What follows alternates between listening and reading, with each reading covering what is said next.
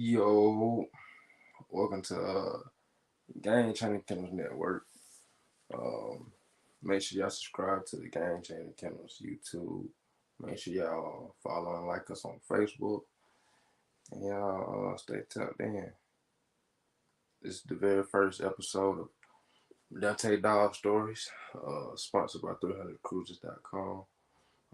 If you're looking for extravagant travel, 300cruises.com is the place you need to look. If you want to add, or if you want to join the live stream, it's going to be a section here. Um, Comment, and then I'll send you the link. I'll drop the link, depending on what platform you're on. If you're on Facebook, watch it through Dante Lemon, or if you're on Facebook, watch it through Game Changing Kennels, or if you're on YouTube, watch it through Game Changing Kennels. I'll drop the link for y'all to join, but I know it's late night for people on the East Coast. I'm gonna give it a minute, then we'll get right into it. Like I said, it's the first episode, so it ain't gonna be too long. Just gonna give a breakdown on what everybody should expect coming from this channel,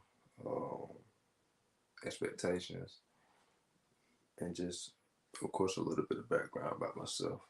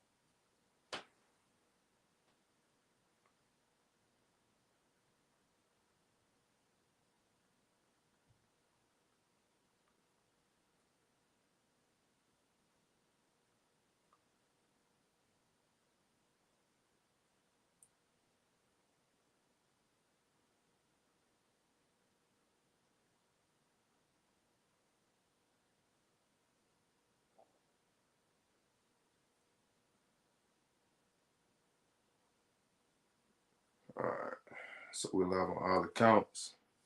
Like I said, y'all subscribe to the YouTube if you're watching on YouTube.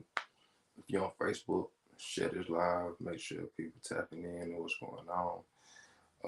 Of course, it's the first episode, so like I said, it's gonna be short, quick, and easy to the point. So to start off, how I'm gonna be starting off the shows. I'm gonna usually try to always have a dog of the day. That ain't guaranteed, but of course that's what we're gonna shoot for. To always have a dog of the day.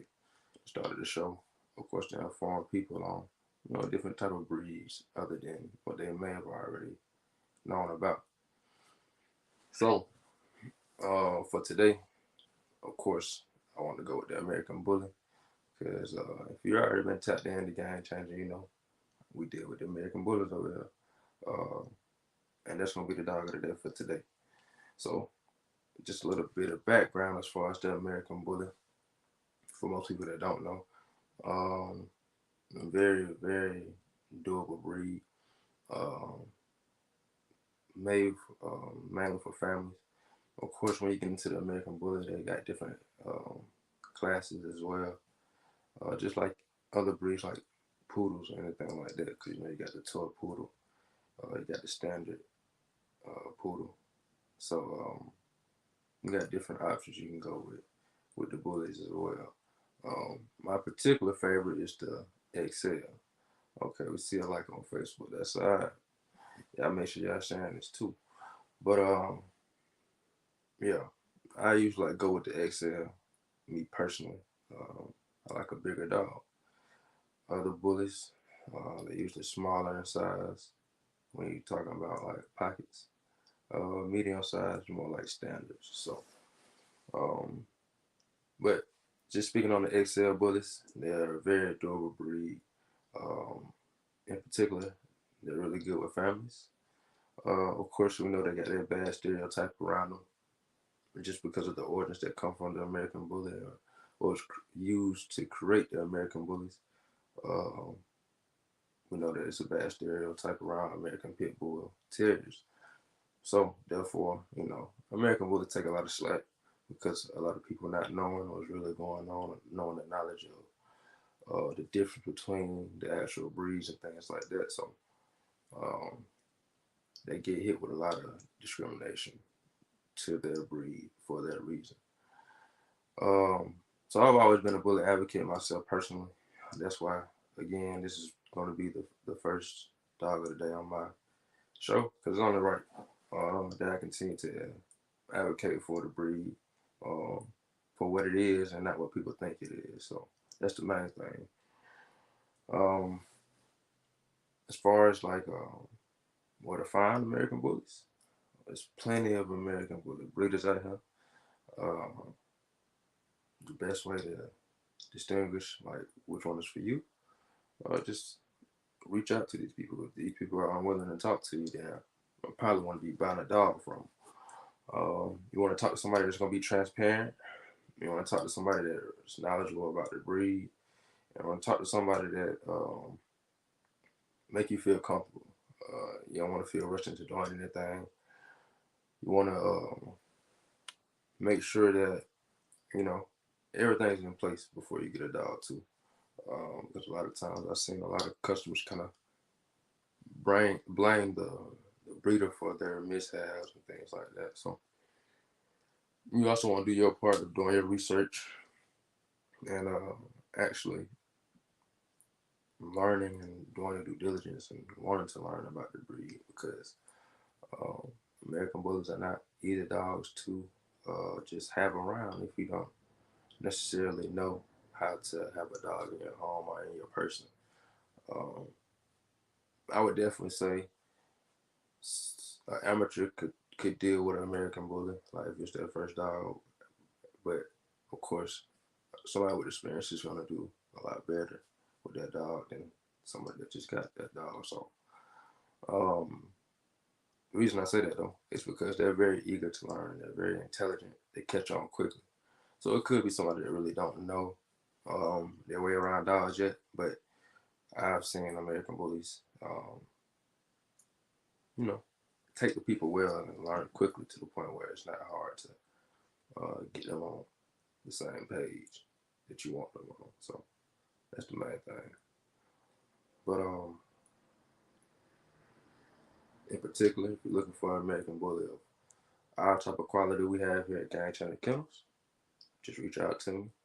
Whether, like I say, you're watching on Facebook, if you're on YouTube and you're watching, Facebook is Gang Channel Kennels, or you can look me up personally, Donte Lemon.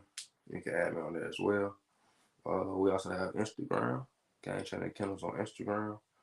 We also have TikTok, Gang Channel Kennels on TikTok. Uh, Add me on one platform or all platforms.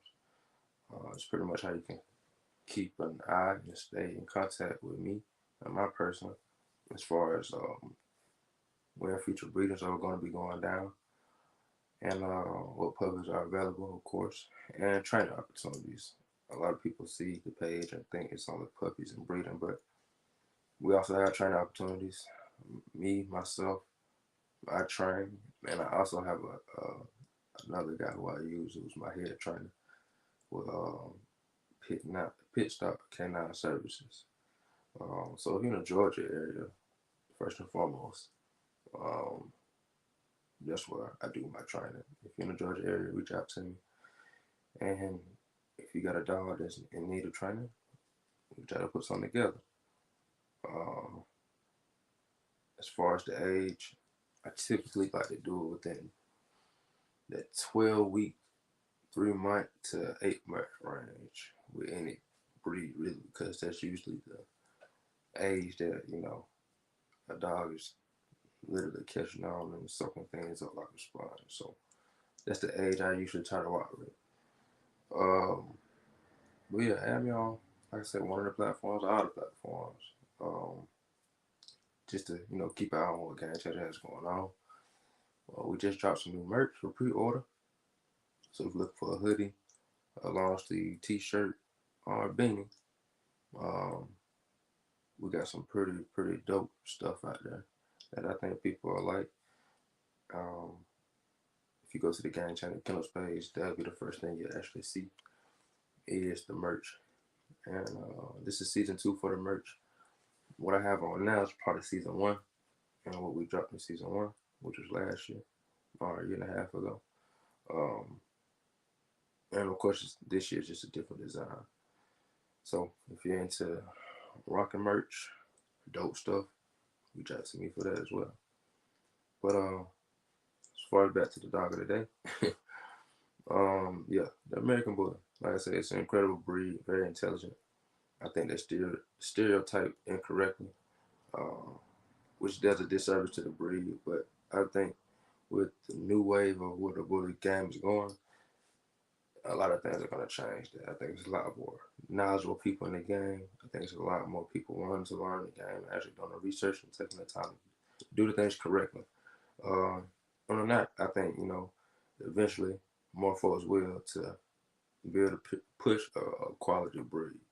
The bully breed is still very new compared to a lot of other dog breeds. When you're talking like a German Shepherd, a Rottweiler class, even like the American Masters, all those breeds are kind of like not kind of, but they're a lot older than the American Bully breed itself. American Bullies is a very new breed. You can consider it. I feel the wave of breeders now that's in the bully game is like uh, we're on the verge of being like, of course, the pioneers. We got the pioneers, like the OGs who really laid the groundwork for the bully game, and then like I feel like it's us who just learned from the pioneers. So I feel like we're gonna have the biggest wave as far as like I said, being that foundation for the bully game. I feel like a lot of bloodlines that have been created now, a lot of kennels that are putting out a lot of good positions now are going to be ones that are setting the foundation for what the American Bully breed stands for. Um, that's just how I feel personally because of what I see and where I see the game going and the people I come in contact with and network with and had conversations with to say the same thing. So it's definitely on its way. But yes, as far as the dog of the day, the American Bully, of course, I can go on and on for about the American Bully breed, but reach out to me if you want to get more knowledge on the American Bully. If you want an American Bully, like I said, reach out to me. Um, but most definitely, um, if you inquiring about getting American Bully training, that's my favorite dog to train. So I'm always up to train an American Bully dog. And then as far as to the next topic, so in the show, this is how kind of it will go. Of course, you had the dog of the day. And then we had a topic that we were speaking on for the show. And the show's going to be live every night, kind of like this here. So, of course, tonight is the first night. I'm expecting a lot of folks want to get the content out there so folks can really understand what's going on. I know I dropped like at Donte dog store, just what it's going to be, but now people get to see what's going on. And from here on out, I'm expecting the show to grow a lot more. And of course, with the more content that we'll be having, the more people we'll be having on the show, um, I think it's going to be very intriguing. It's going to be different. It's going to be something never seen before. So, of course, the topic for today, I didn't have one. So, like I said, I just going to give you the background on game changing and where we come from and what we stand on. So, um, like I said, I kind of started with training. So I was training dogs, and like I just said, American Bully was my favorite breed to train. And what I realized, it was one of the easier dogs to train. They catch on very quickly. They're very smart, and if you have one that's food driven, they're very eager to train, and it makes for a great combination for a dog trainer combination that I feel like every trainer will want to work with because the drive on American Bully is like none other when it comes to certain dogs. Especially when you have one that's like locked in and know what's going on. So the American Bully became one of my favorite breeds to really train. Uh, So even prior to game changing, I always dealt with dogs, but I always loved pit bull or American bully per se. So that's where it kind of started for me. People in my family who had pit bulls or bully type dogs who I seen around me that was close to me, they all had nice, like I say, pit bull or American bully type dogs. And so that's what I fell in love with. I always want to be around and want to work with it, want to train. Of course, I had some of my own. I had a Rottweiler bully mix as a kid, and that's kind of what the training started for me. Just wanting to work with him and seeing where things would go. One of my biggest, I guess, inspirations when it comes to the dog training, of course, is Caesar Milan, uh, the dog whisperer. So that's why I learned a lot of my techniques and a lot of my ways of how I learned dogs from. If you know about the dog whisperer, then you know he's very in tune with the dog world. I would definitely tell anyone to, of course, go watch all his content that he has to offer because it's free. Um, and he has a very, very, very um, keen sense of like understanding how a dog works and how they move. And if you actually been in tune with a dog, you realize the things that he says, how true they are once you actually experience a dog. And that's kind of how I do things too. So when I meet customers, I meet anybody, uh, I kind of just interact with the dog first, just to see how the dog is, and then basically mirror back to the customer like this is what's going on with your dog. And of course, I put it in a relatable way so they understand, why I'm saying what I'm saying, how I got to the point of what I'm saying, things like that.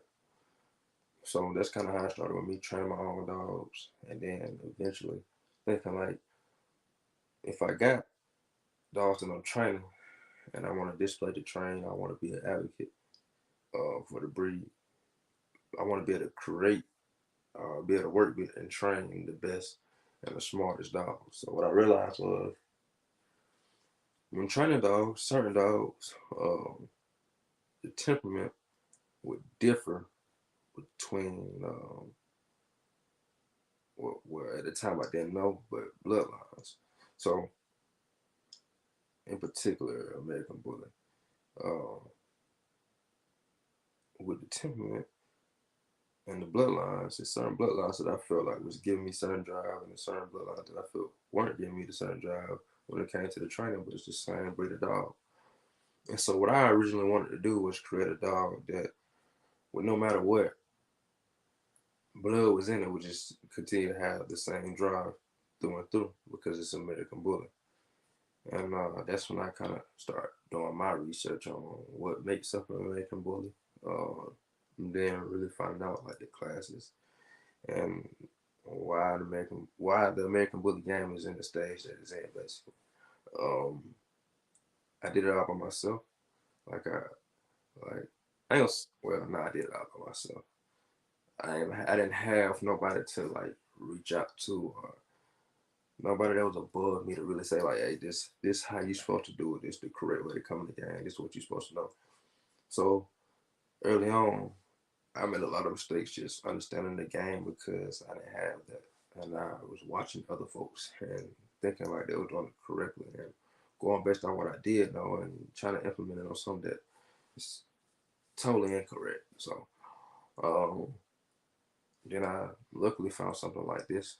I found the YouTube uh, video of a guy who was a bully breeder, and his knowledge on the game, just how he broke it down, was like perfect for me, and I understood everything he was saying in his videos, and um, that's what kind of brought me to the point of thinking like, oh, okay, it's more people out there that understand the game like how I do, or how I'm trying to understand the game, and watching his stuff, learning more, doing more research, reaching out to the kennels, and learning about things like this. I said, oh,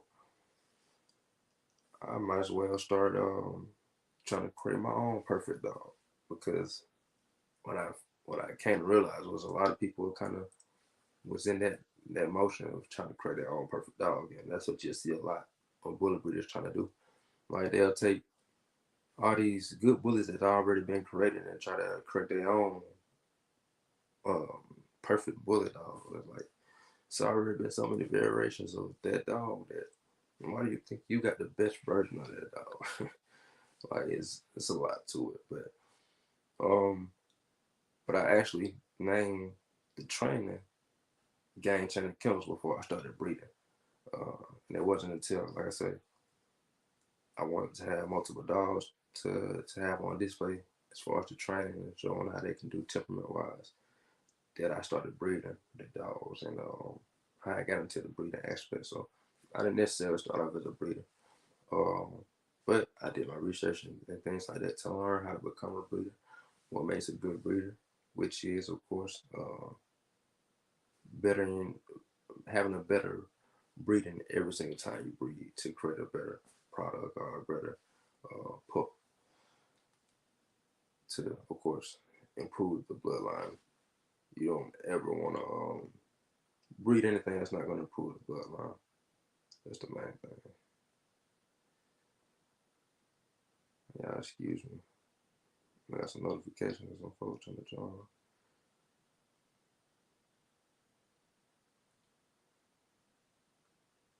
I think.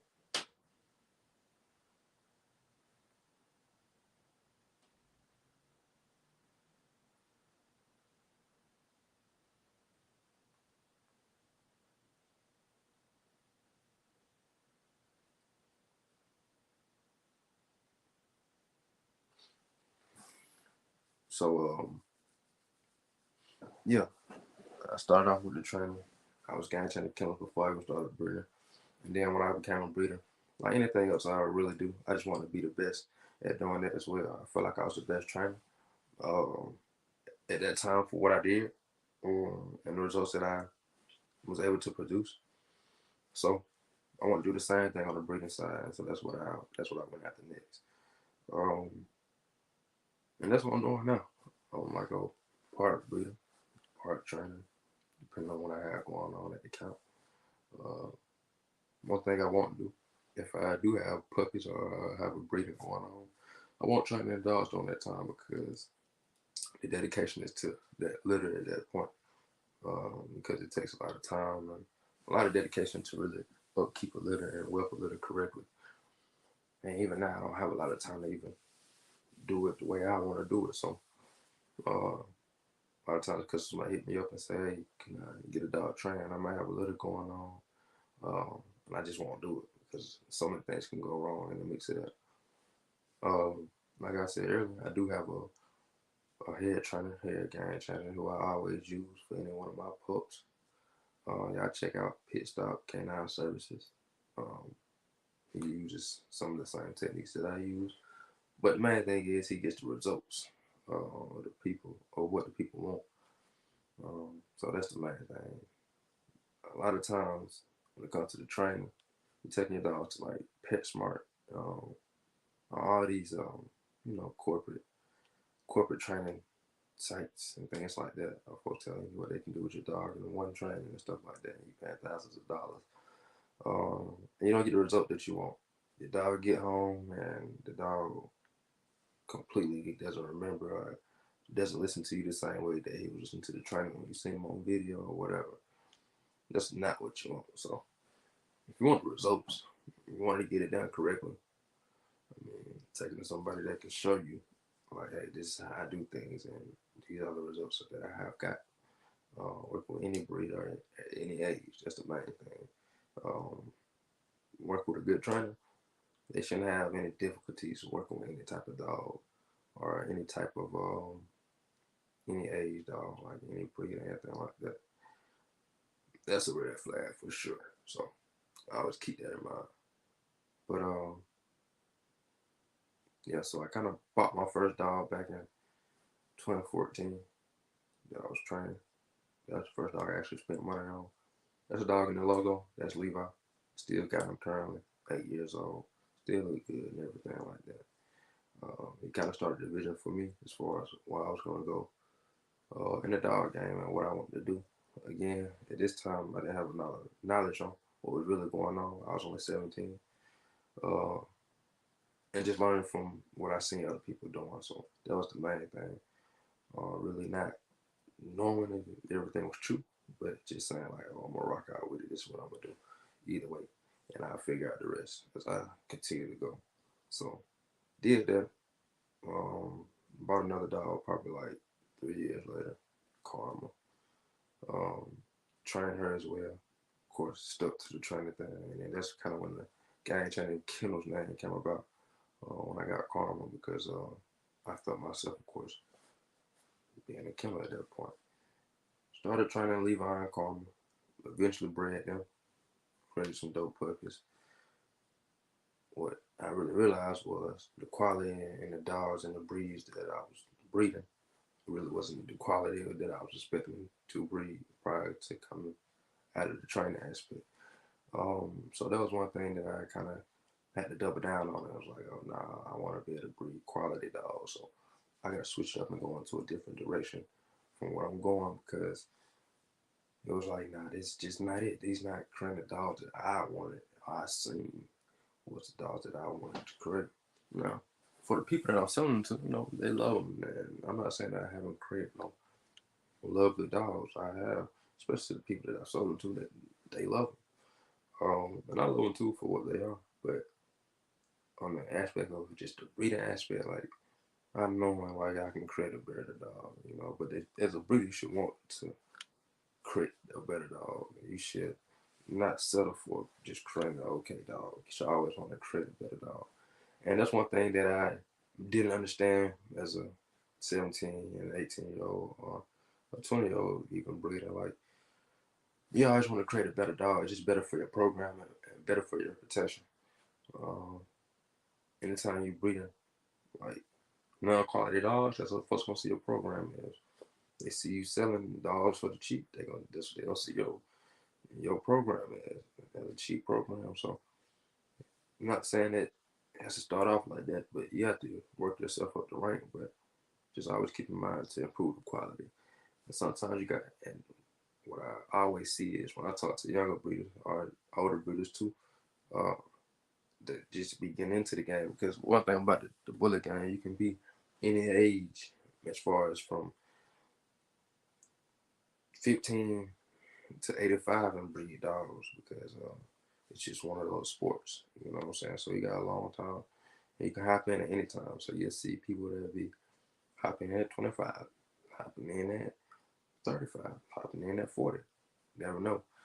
And they all got to learn the game the same way. So one thing I will always tell breeders in particular is like breeding for quality save you time. Like always, you breed for quality, yeah, save you time in your program, same time of how you're moving and what you're doing. As far as like like of course everybody wanna make the business lucrative. That's why you do it. You know what I'm saying?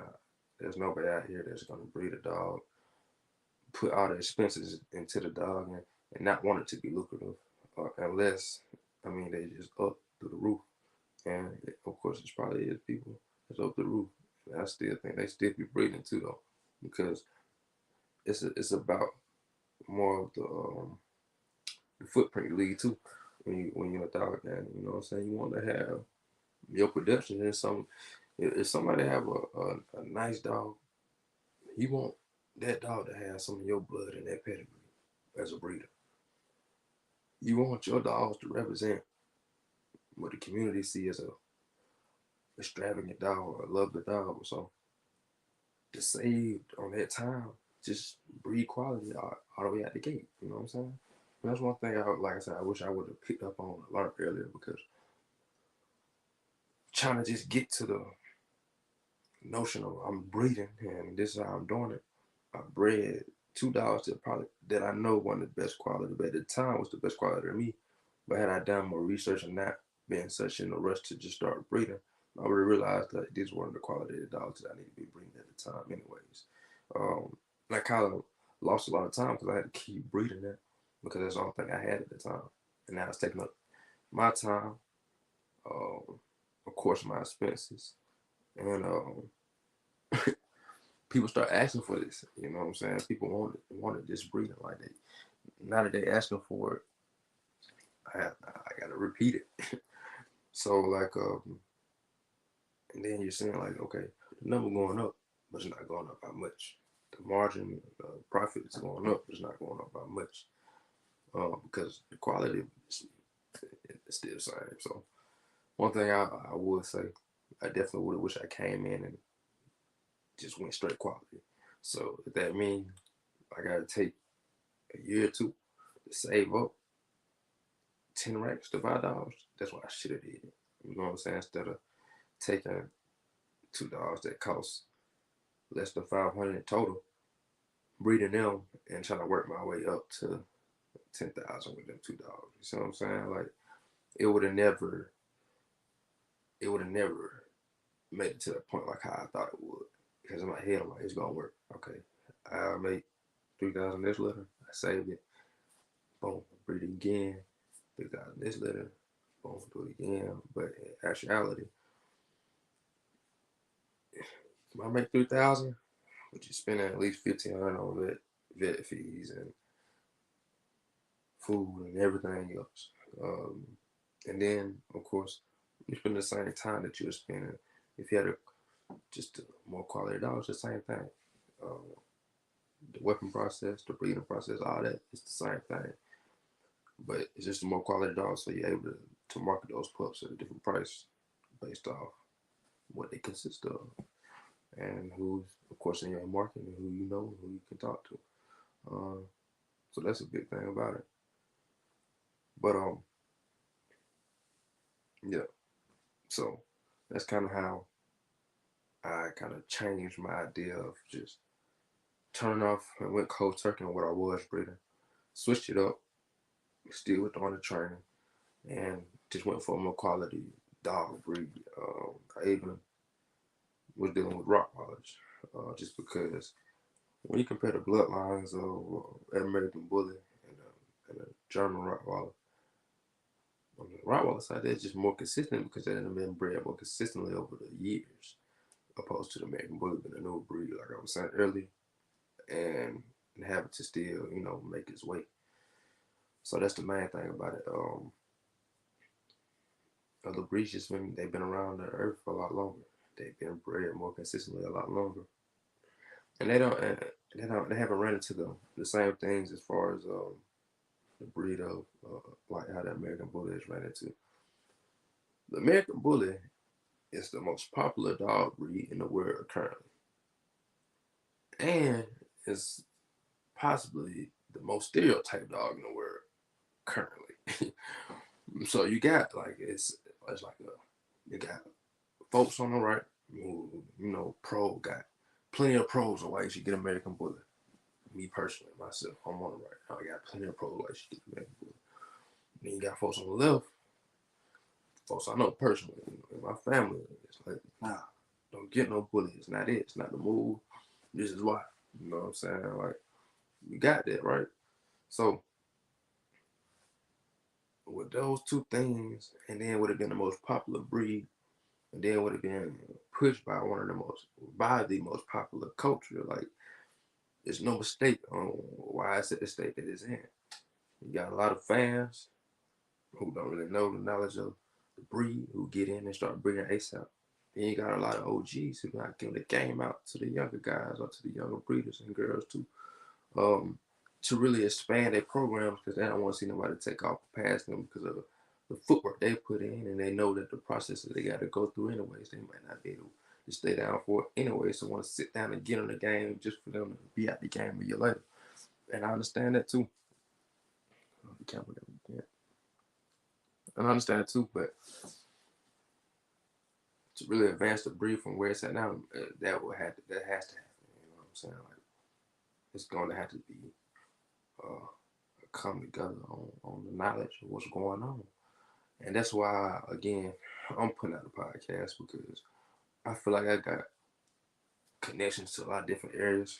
I feel like because I did come in by myself and how I did come in, and people watch me come in by myself and really just do my thing by myself, and I didn't really ask for no handouts. I just still figured it out, and to be able to bring the program to what it is today, um, you know, I think it's respected, me personally, from what I've heard and what I've talked to people about.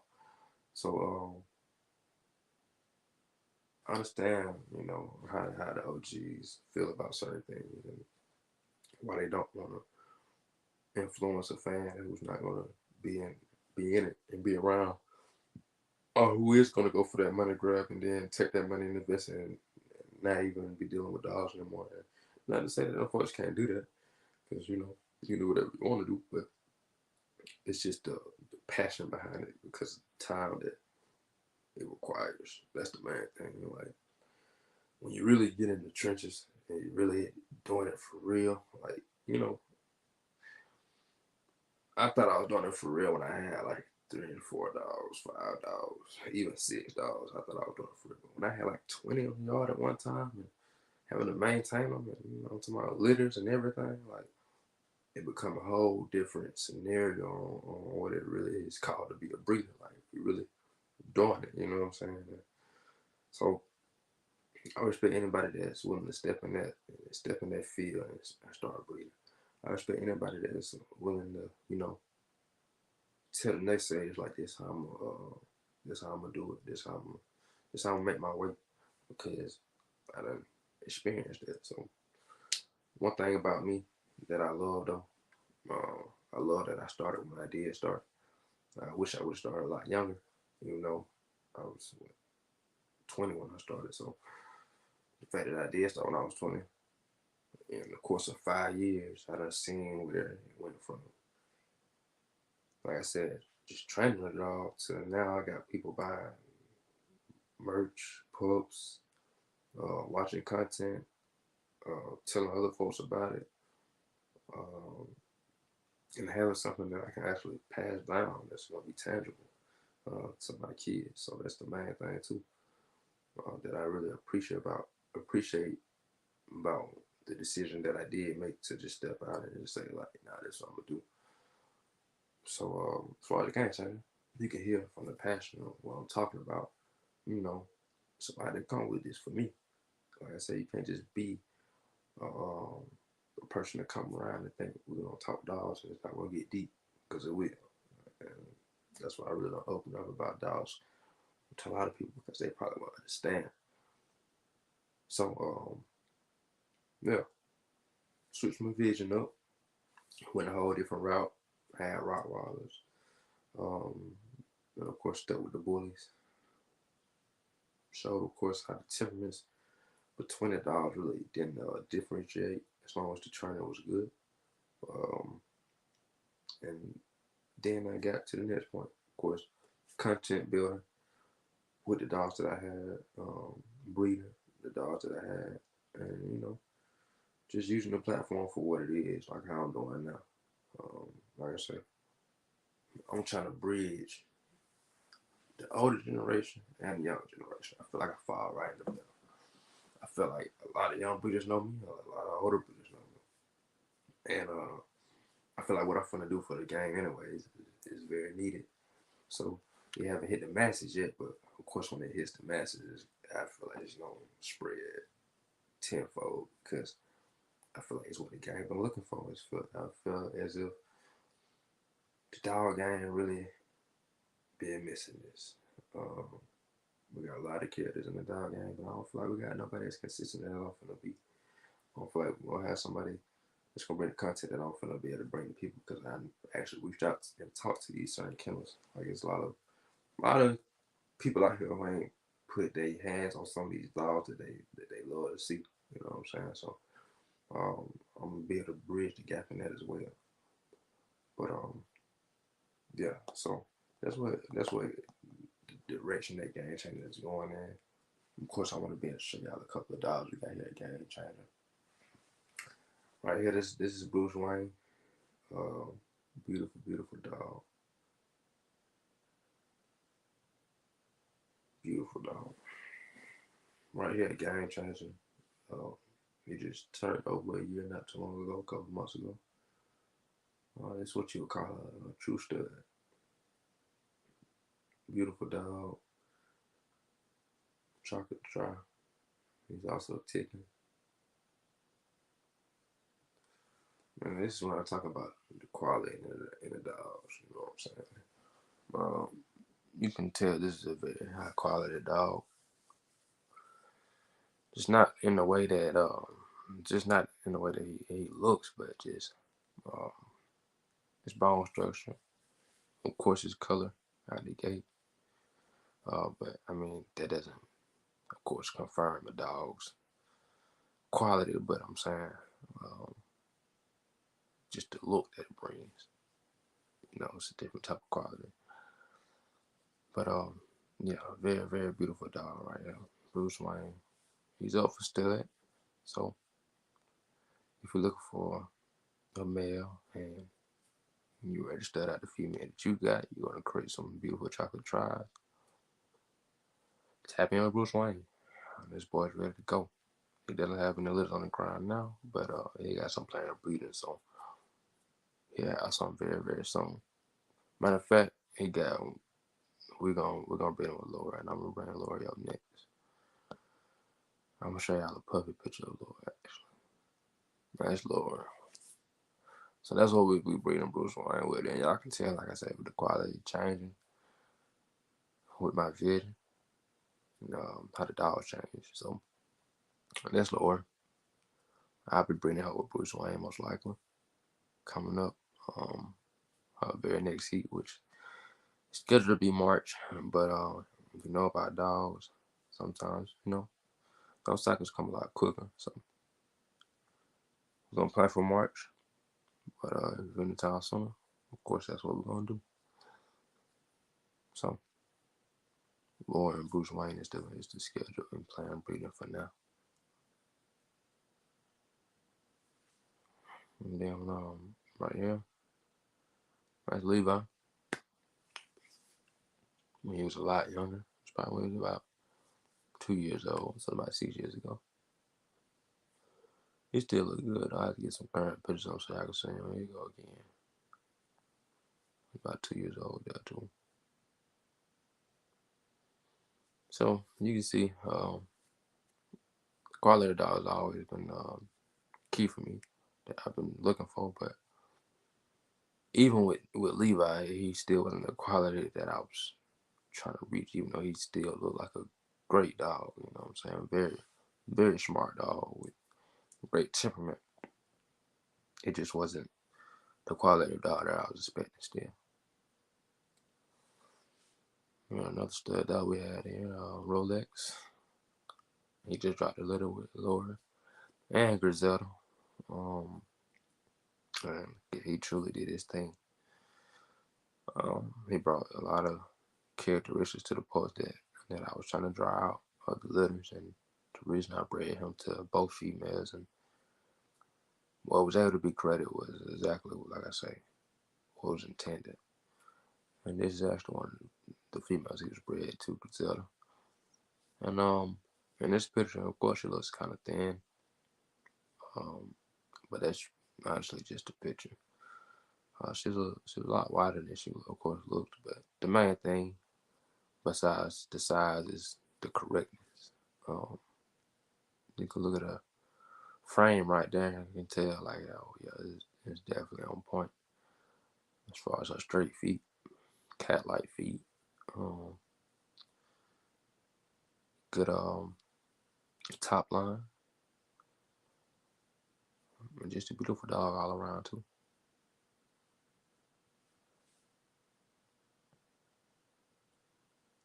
Here's a puppy picture of one of the other foundation females, Doja.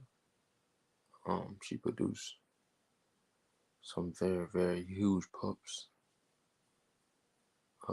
here recently. She produced actually the biggest dog we have on the yard currently. He's only 6 months, going on 7 months. Brute force. And his name definitely fits for him because he's gonna be a force to be reckoned with. But you just tell, like I said, the quality of the dogs, how they change, and what was being aimed for as far as the actual program moving forward. They're going up down too. That's lower. I know, dog. Y'all seen it already.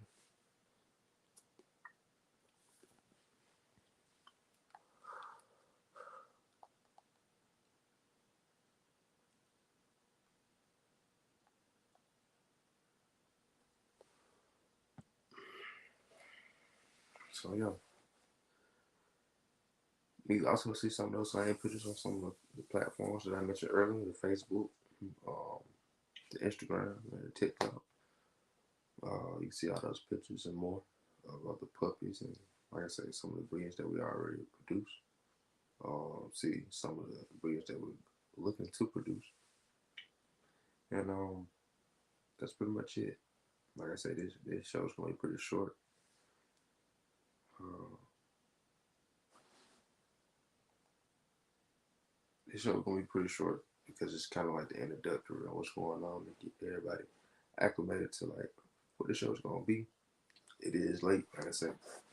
Here on the East Coast, it's 12, so I know a lot of folks sleep. Folks got work tomorrow, and just do regular people stuff. So I know a lot of people don't be up in this time. But in particular, I know with my analytics, excuse me, with my analytics, I know a lot of people are going to be watching the show around this time. I keep seeing people pop in and pop out. So I know a lot of dog folks will be up at this time, just based on my analytics. Like a lot of people in the Midwest and the West in particular, um, which of course is a time difference for me. So an hour or 2 hours behind me. I start at 11, which is 10 and 9 for them, which a lot of times, um, and I don't want this, of course, sound the wrong way, but because I know women watch the content like this too, and they support the content like this as well. But based on my analytics, on what I see, on the engagement that I have from people on Game Changer, it's more men than anything. So I know a lot of men usually typically um, end their days late. They work through the day right before they go to bed. It's typically at a time between 9 and 12 o'clock right now. Um, so that's what I feel like the times that I'll be putting out the most live shows than the live content because I know a lot of dog people in particular. That's when the house is kind of settled down, the kennel is kind of settled down. Dogs, of course, sleep, get ready for the next day. The kennel owner is usually decompressing.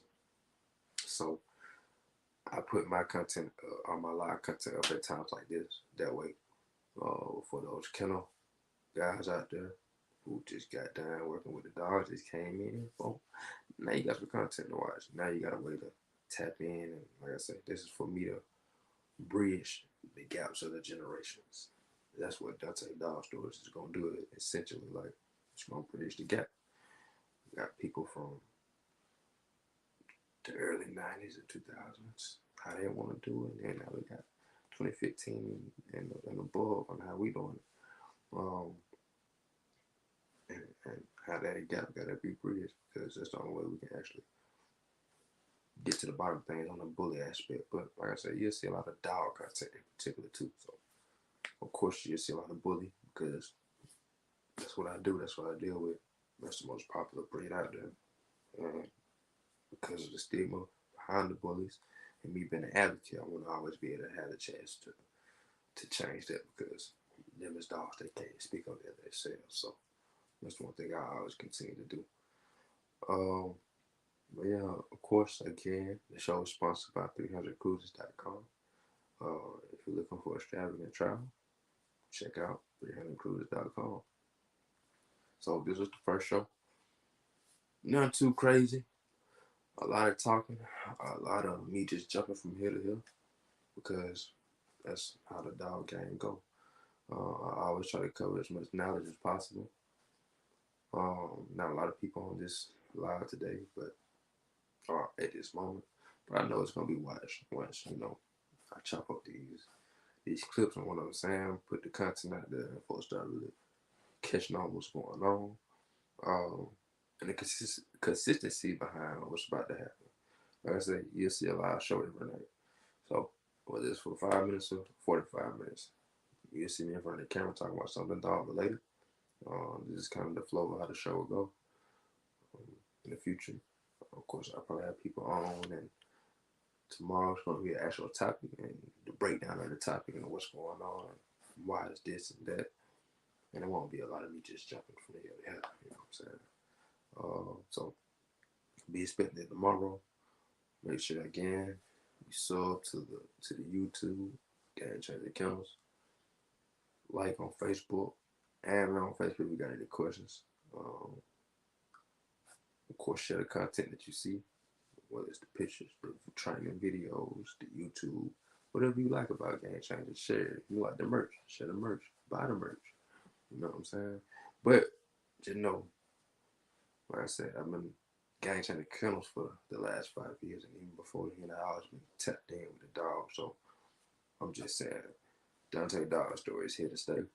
Uh, whether it's one person watching or 50 people watching, I'm entertaining whoever's gonna watch it. I'm gonna get a game to whoever's gonna watch the podcast, the episode, the network. So that's how we're gonna do it at Donte Dog Stories.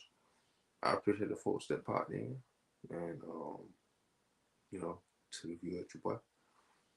And I appreciate the people that's going to watch and support as well. I appreciate anybody that's gonna be sharing the content and moving the game forward. And this is the start of what's gonna be, like I say, something that the whole dog game gonna need. So y'all be safe, y'all be easy, and I'll see y'all tomorrow for sure.